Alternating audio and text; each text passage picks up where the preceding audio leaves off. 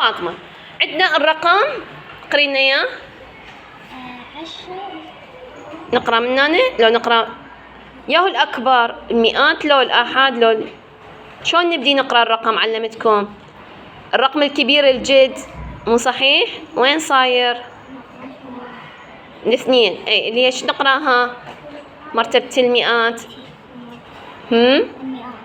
ايش نقراها الاثنين بالمئات؟ ايش نقراها؟ مئتان. نقراها 200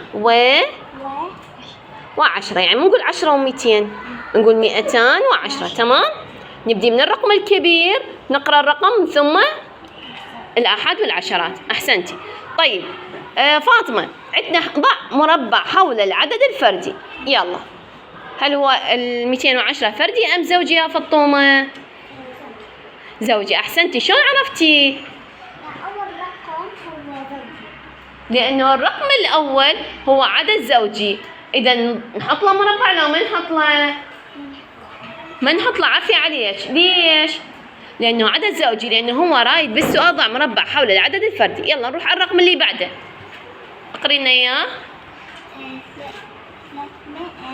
300 اي وسبعة و30. احسنتي رائعة.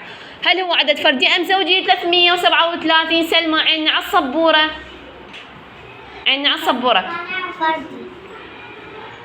فردي. طيب اذا هو فردي شو عرفتي اول شيء؟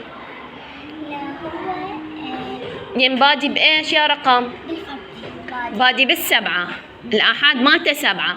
إذا لين آحاد 7 و7 هي عدد فردي وإحنا حافظين الأعداد الفردية، إذا الرقم كله هو فردي. تمام. إذا شو نحط له للرقم؟ أحسنتي، مربع. نصفق لها فاطمة صفقة قوية. عافية عليك.